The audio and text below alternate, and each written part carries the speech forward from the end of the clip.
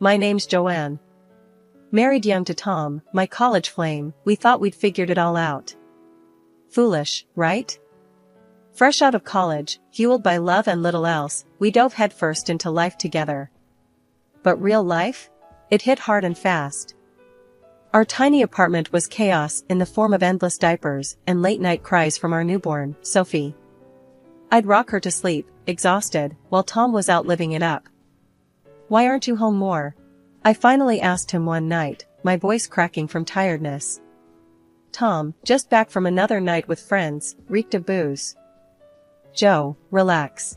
Gotta unwind somehow, right?" He shrugged, dodging a diaper bag like it was a grenade. "Unwind?" I echoed, my tone sharper than I intended. "I'm here alone with Sophie while you party." "This isn't what we agreed on, Tom." "Jesus, Joe. I'm just trying to have a little fun."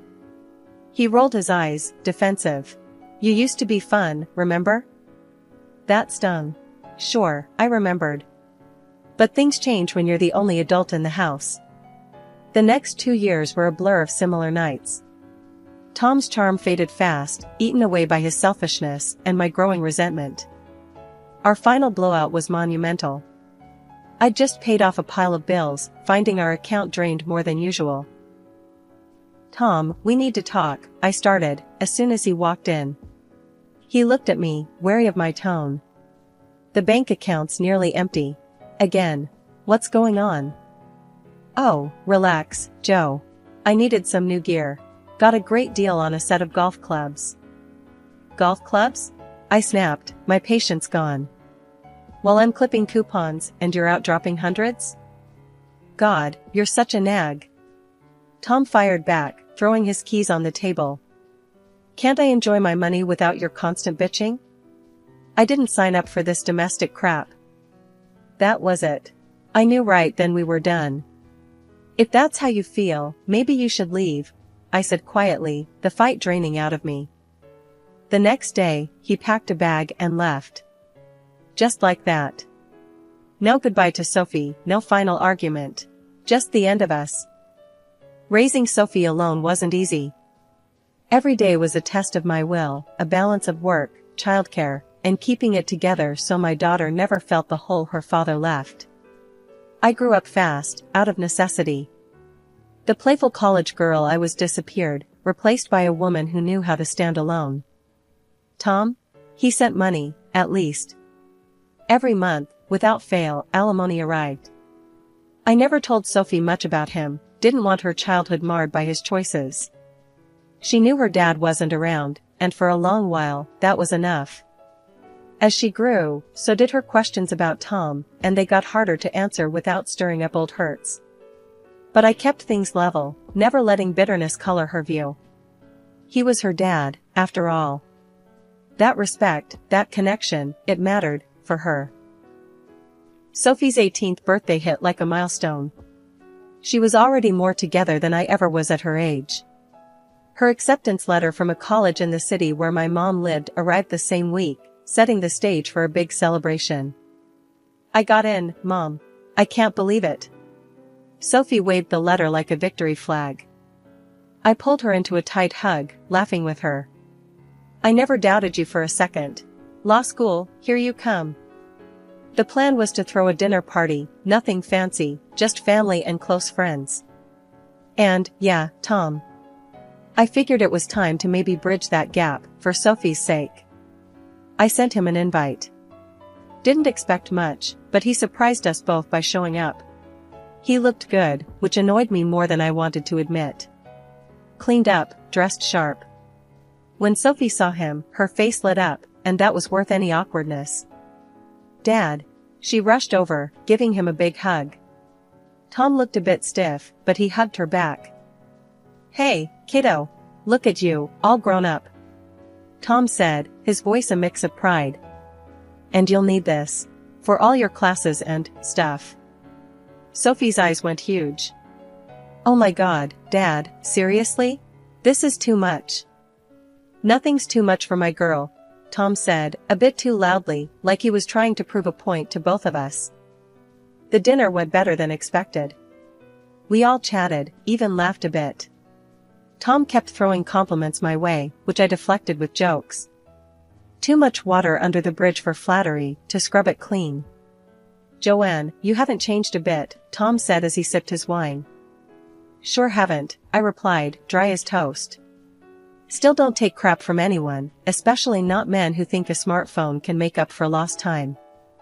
Tom coughed, almost choking on his wine. Yeah, well, I'm just trying here, Joanne.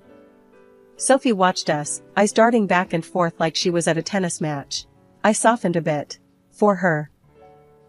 After Sophie left to celebrate her college acceptance with friends, Tom and I found ourselves alone, lingering over the remnants of dinner. The night unexpectedly turned soft and warm, full of old laughter and shared memories. You know, Joanne, I've missed this, us.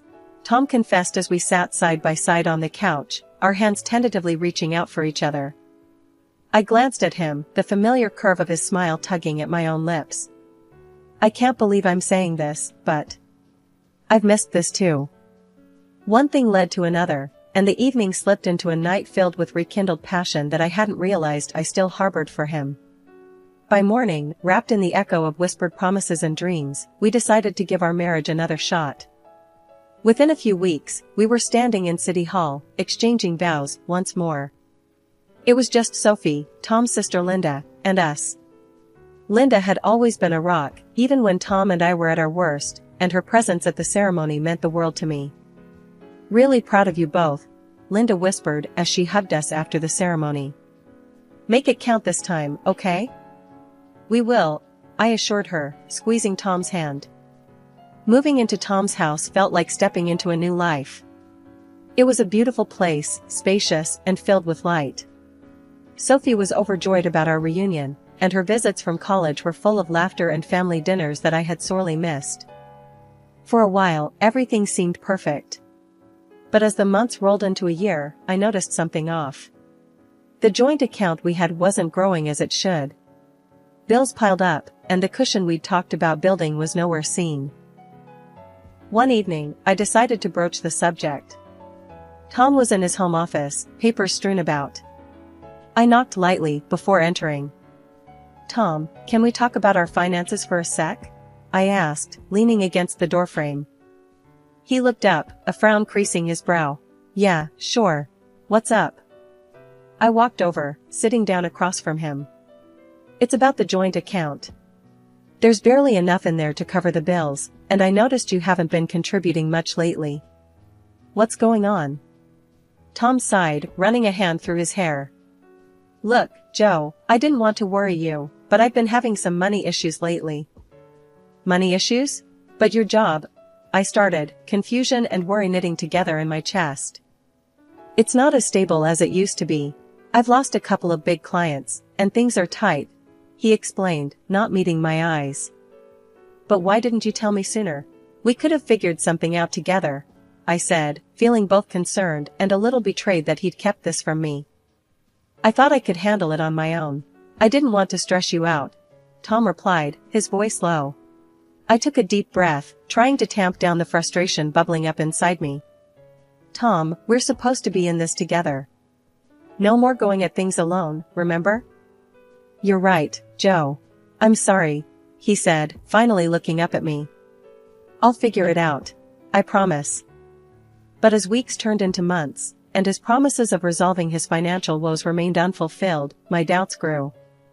Deep down, I couldn't shake the feeling that perhaps Tom hadn't changed as much as he claimed.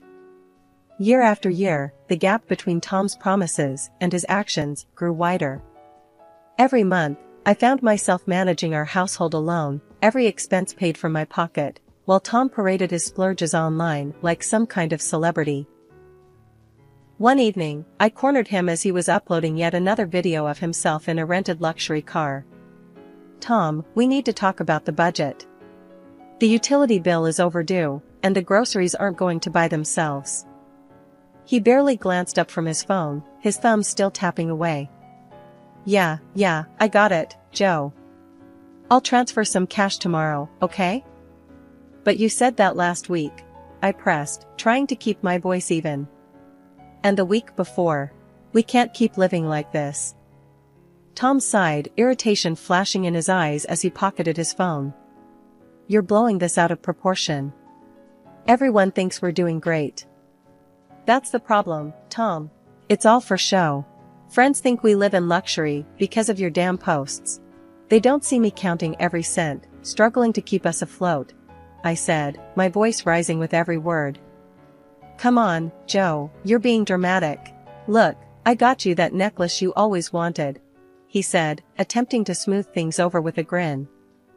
I touched the expensive piece of jewelry around my neck, a gift that felt more like a bribe. I didn't need a necklace, Tom. I need a partner. Someone who actually contributes. Tom's face hardened.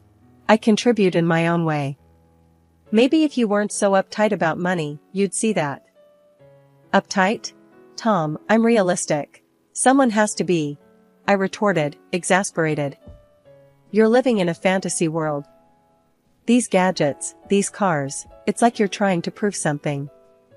Tom scoffed, shaking his head. What do you want me to do, huh? Sell everything and live like a monk? No, I want you to grow up. I want you to think about us, about your family, not just your next Instagram post, I said, my words slicing through the tension between us. This conversation, like so many before it, went nowhere. Days turned into weeks, and Tom's habits remained unchanged.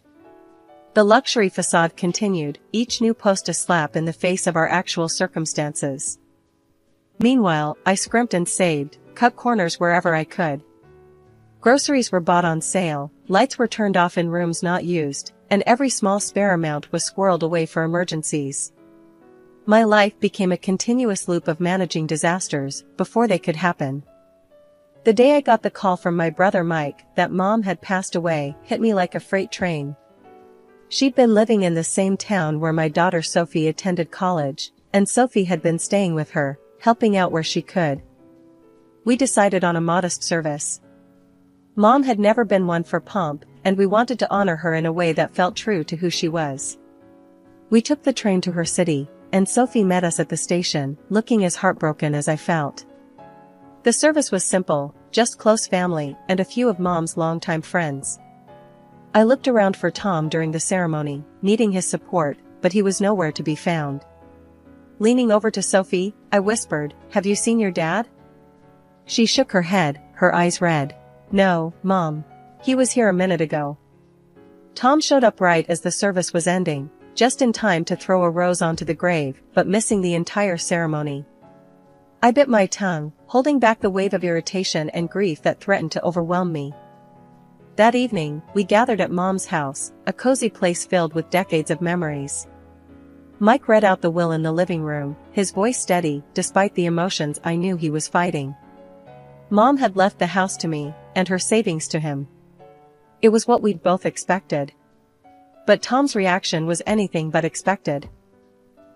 He stood up abruptly, his chair scraping against the wood floor.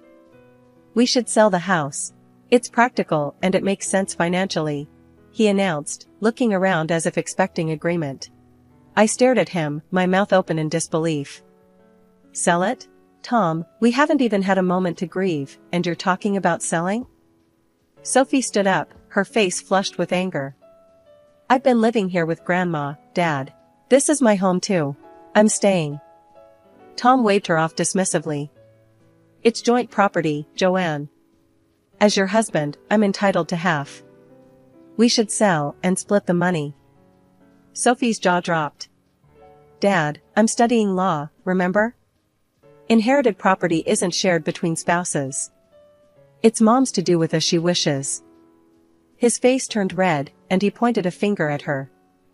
"Don't you lecture me about law, young lady. Stay out of this." He turned to me, his voice rising. "If you don't sell, Joanne, I'm considering a divorce. Think about what that will mean." The room went silent, everyone staring at us. I felt every eye on me. "Let's talk about this later, Tom. Not here, not now," I said quietly, trying to keep the dignity of the occasion intact. He huffed and sat down, muttering under his breath. The rest of the evening was tense, the air thick with unsaid words and stifled grief. After everyone had left and Sophie had gone to bed, I lay awake, staring at the ceiling. The man lying next to me felt like a stranger. His greed, his timing, his utter disregard for what this home represented, it was all too much. The train ride home was quiet on my end, but Tom was as chatty as ever.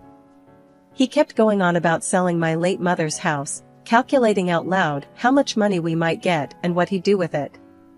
We could really turn things around, Joe. Maybe even get that car I've been eyeing up, take it to Vegas, huh? He said, grinning like he'd already won the lottery. I just stared at my phone, not really listening to him.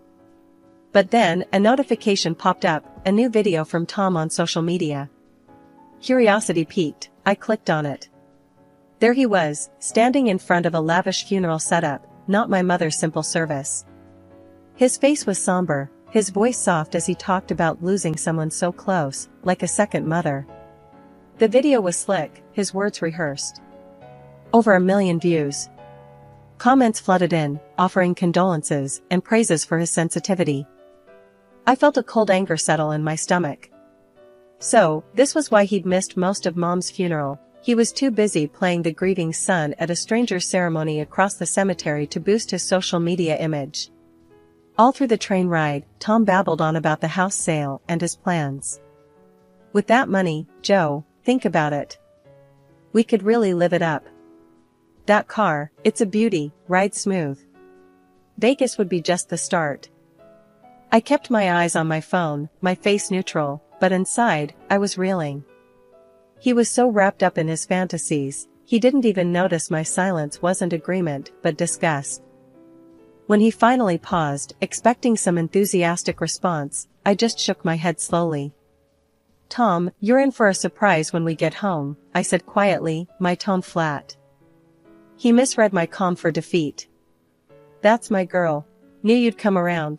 It's a smart play, Joe. When the train pulled into our station, Tom was buzzing with excitement, probably imagining himself behind the wheel of a new car.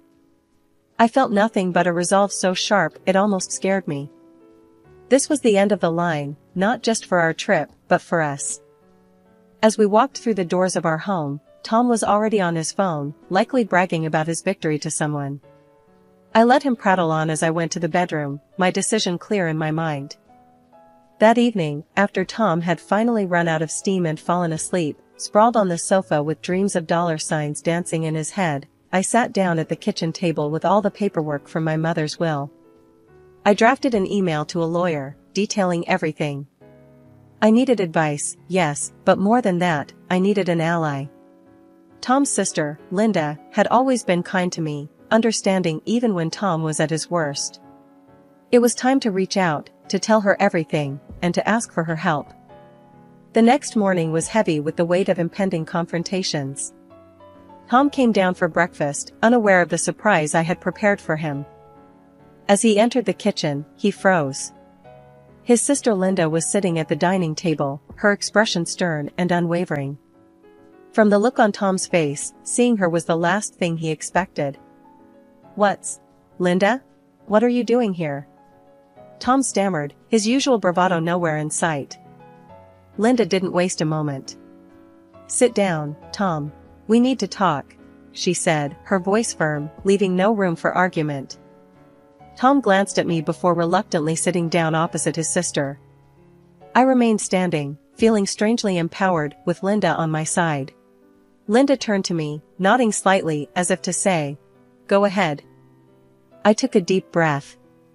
Tom, I told Linda everything, about your spending, your demands to sell my mother's house, and your threats of divorce. Tom's face went pale, his eyes darting between Linda and me. Joanne, Linda cut him off, her tone icy. You what, Tom? You've embarrassed yourself enough. I've been listening to Joanne, and frankly, I'm disgusted. She turned her full attention to Tom, who seemed to shrink under her gaze.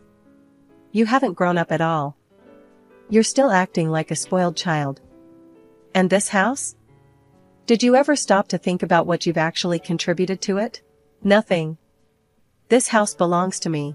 I let you live here out of pity. Tom's mouth opened and closed, but no words came out. He looked like he wanted to argue, but knew he stood no chance against the truth. And there's more, Linda continued, her voice hard as steel. The alimony for Sophie? I've been the one sending it, Tom. Not you. You couldn't even manage that, could you? I felt a shockwave go through me. All these years, I thought Tom had at least done his duty by Sophie. I was wrong. Tom looked down, unable to meet either of our eyes. Linda shook her head. You're not just a failure as a husband and a father. You failed as a man. I felt tears well up, not from sadness, but from the raw, harsh truth Linda was laying bare. I stepped forward, my voice shaking but clear. Tom, I want the house to go to Sophie. She deserves it, and it's what my mother wanted. At that, Tom shot up from his seat, fury replacing his earlier defeat. I don't care about Sophie. I want my share. If I don't get it, I want a divorce. After these words, something snapped in me. I reached into my bag and pulled out the divorce papers I had prepared, my hand steady now. Here, Tom. You want a divorce? You got it. Sign these.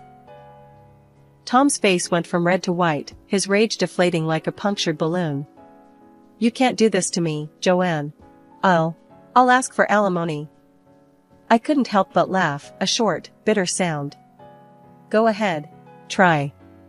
You might find our daughter a tougher opponent in court than me. His hand trembled as he took the pen and signed the papers, each stroke heavy with the weight of his failures. Without another word, he grabbed his coat and left, the door slamming shut behind him. After the dust settled from the divorce, I moved back to the city where I grew up and settled into my mother's house. Now, the house buzzed with the excitement of new beginnings. My daughter, Sophie, after graduating college, had gotten married and was now expecting her first child. She and her husband, Matt, decided to move in with me. One quiet afternoon, as I tended the garden, my phone rang. I wiped my hands on my apron before answering. Seeing Tom's name flash on the screen gave me a moment's pause. Joanne, hey, I need a favor. Tom's voice sounded through the receiver, hesitant and a bit desperate. What kind of favor, Tom? I asked, my tone guarded but polite. It's about money. I've got myself into some trouble with debts, big ones. I was hoping you could help me out, he confessed, his voice strained. I couldn't help but let out a small, incredulous laugh. Tom, I think you've got the wrong idea. I'm not in a position to help you with that. There was a silence, then he chuckled dryly. Well, I had to ask, right? Anyway, how about we give it another shot? Marry me again, Joanne. We could start over. The suggestion was so absurd, I laughed outright. Marry you again? Tom, I'm not about to step on that same rake a third time. No, thank you. His sigh was audible over the phone. Guess I had that coming. All right then, take care, Joanne. Later that week, I was on the phone with Linda, Tom's sister. We kept in touch regularly, a friendship forged through shared trials with her brother. Joanne, you won't believe what Tom tried to pull this time. He attempted to sell my house to cover his debts. Can you imagine? If I hadn't found out just in time, he might have actually gone through with it. Linda's voice was a mix of anger and disbelief. I'm just glad you caught him before it was too late, I responded, genuinely relieved for her. Yeah, well, that's the last straw. I've cut him off completely now. No more rescues. He needs to learn, she declared, her tone resolute. We talked a bit more about lighter topics, before saying our goodbyes. Hanging up, I felt a profound sense of peace. Cutting Tom out of my life was the best decision I had ever made. The chaos he brought with him was gone, and in its place was a calm, stable life with my daughter and her growing family. Sophie waddled into the kitchen just as I was putting the kettle on. Who were you talking to, Mom? Linda, I replied, watching her settle herself at the table. She was just telling me about the latest drama with Tom. Sophie shook her head, a smile playing on her lips. I'm glad we're out of that mess. I can't wait for the baby to arrive, to start our own little chapter here. Me too, Honey, this house, this family, it's going to be filled with so much love and none of the drama, I said, reaching out to pat her hand.